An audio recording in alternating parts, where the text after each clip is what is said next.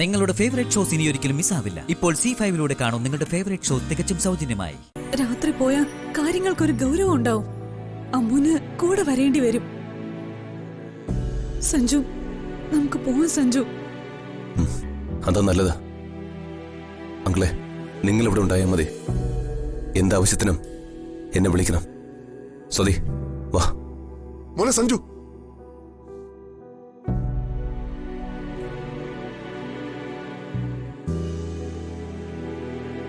എന്ത് ചെയ്യാനാ? അവൾ ഒഴിഞ്ഞു മാറാൻ ശ്രമിച്ചാലും വിധി അവളെ വിടാതെ പിന്തുടരാ. പാവമ്മു.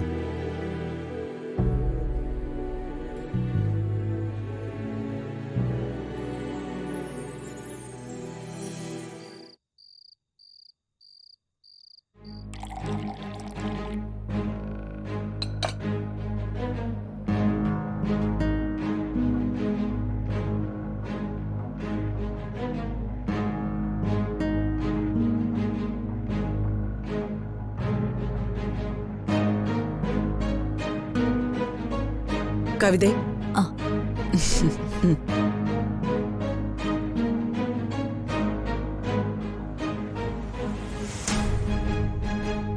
ശരിക്കും എന്താ സംഭവിച്ച കവിത?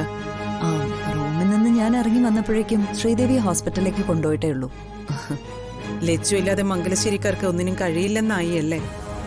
ഞാനിത് പ്രതീക്ഷിച്ചത് തന്നെയാ. ലച്ചുവിനെ മംഗലശ്ശേരിയിൽ എത്തിക്കാനുള്ള ശ്രീദേവിയുടെ അടവാണ് ഈ അഭിനയം. അതല്ലാതെ ശ്രീദേവിക്ക് ഒരു അസുഖവും ഇല്ല. ശ്രീദേവി സീരിയസ് ആയിട്ട് ഹോസ്പിറ്റലിലാണെന്ന് അറിഞ്ഞാൽ ലച്ചുവിന് മനയിൽ നിൽക്കാനാവില്ല. ഇനി ആ അടവ് ഫലം കാണില്ല കവിത. മംഗലശ്ശേരിയിൽ എന്ത് സംഭവിച്ചാലും ലച്ചു ഇനി തിരിച്ചു വരില്ല. അതും പറഞ്ഞ് കവിത ഈ സമയം ഇങ്ങോട്ട് ഓടി വരേണ്ട കാര്യമില്ലായിരുന്നു. അതിനു വേണ്ടതൊക്കെ ഞാൻ ചെയ്തു വെച്ചിട്ടുണ്ട്.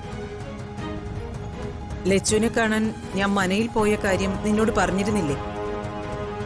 ലച്ചു മംഗലശ്ശേരിയിൽ പോയതിനേക്കാളും വലിയ വില കൊടുക്കേണ്ടി വരുമെന്ന് ഞാൻ അവൾക്ക് ബോധ്യപ്പെടുത്തി കൊടുത്തിട്ടുണ്ട്.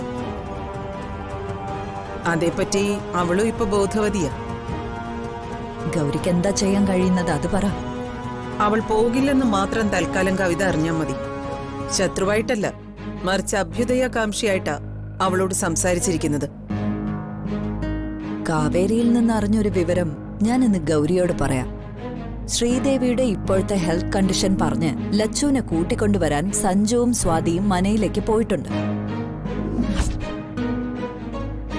ലച്ചു മംഗലശ്ശേരിയിലേക്ക് തിരിച്ചെത്താൻ പോവുക. അതില് ഗൗരിക്ക് ഒരു സംശയവും വേണ്ട.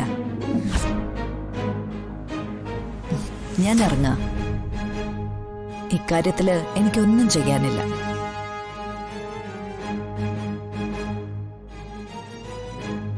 അങ്ങനെയെങ്കിൽ ലച്ചുവിനെ ഒതുക്കേണ്ടത് എങ്ങനെയാണെന്ന് എനിക്കറിയാം. അവള് കാരണം മംഗലശ്ശേരിക്കാർക്കൊരു ഐശ്വര്യം വന്നുകൂടാ. ഡൗൺലോഡ് ചെയ്യൂ C5 ആപ്പ്. കാണൂ എല്ലാ എപ്പിസോഡുകളും സൗജന്യമായി.